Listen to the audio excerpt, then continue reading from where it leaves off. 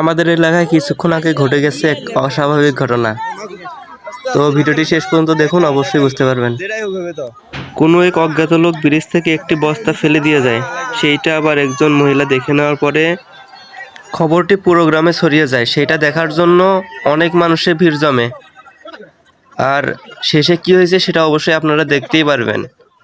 তো বস্তাটি নিয়ে আসা হচ্ছে, দেখুন কত মানুষের ভিড় জমছে এটা দেখার জন্য।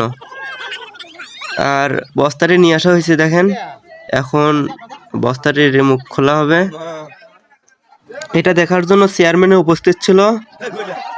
আর চেয়ারম্যানের কথায় আর কি আমাদের গ্রামের একটা ছেলেকে নামাই দেওয়া হয়, পরে সেই ছেলেটা বস্তাটি উঠাই নিয়ে আসে। তো বস্তার মুখ খোলার পর আমি সহ এখানে থাকা সব লোক এটা দেখার জন্য একদমই প্রস্তুত ছিলাম না। তো দেখতে পাচ্ছেন বস্তার ভিতরে ছিল ধানের কিছু চারা গাছ।